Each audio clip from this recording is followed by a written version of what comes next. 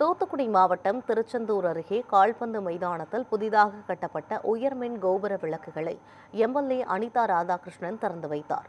வீரபாண்டியன்பட்டினத்தில் அமைந்துள்ள கால்பந்து விளையாட்டு மைதானத்தில் மாவட்ட, மாநில அளவிலான கால்பந்து போட்டிகள் நடைபெறுவது வழக்கம். பழமையான இந்த விளையாட்டு மைதானத்தில் போட்டிகள் நடைபெற உள்ளதால் உயர்மின் கோபுர விளக்குகள் அமைத்து தர அப்பகுதி மக்கள் எம்எல்ஏ அனிதா ராதாகிருஷ்ணனிடம் கோரிக்கை விடுத்தனர்.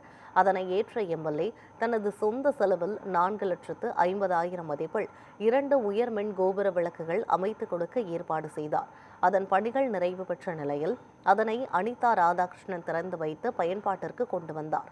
இதனால் விளையாட்டு வீரர்கள், வீரபாண்டியப்பட்டினம் பொதுமக்கள் அனிதா ராதாகிருஷ்ணனுக்கு பாராட்டு தெரிவித்தனர்.